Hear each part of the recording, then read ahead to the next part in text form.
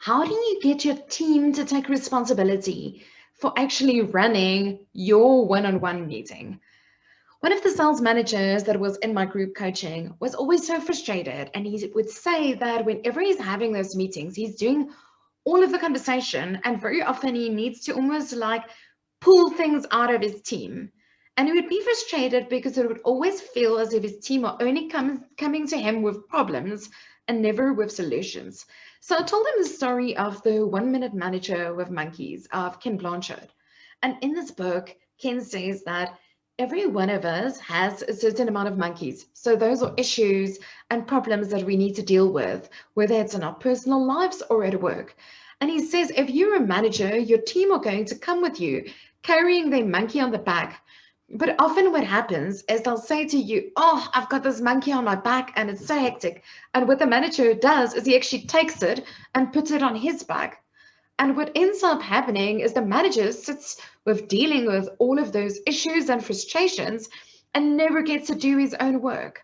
I recently heard of a project manager that was working from 4 a.m. in the morning to make sure that she has 3 hours of work to time to actually work on her own job, and then she would work 3 hours later, extending a day so much because she had no time to actually focus on her own billable work and her own KPIs.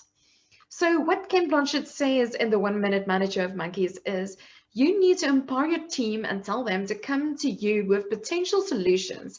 And when they come to you, talk to them and give them perspective and ask them questions around it and get them their commitment and give them the monkey back. Allow them to actually take action. Get them to take minutes of that meeting and to send you the action plan on what are they going to be implementing. Another technique that I would highly encourage you to do is set the agenda for those one-to-one meetings, whether you're doing it once a week or once every 2 weeks, and allow your team members to come prepared. They need to come and give you feedback of what were the highs and lows of the previous week, what were some of the issues they had, and what did they do about it?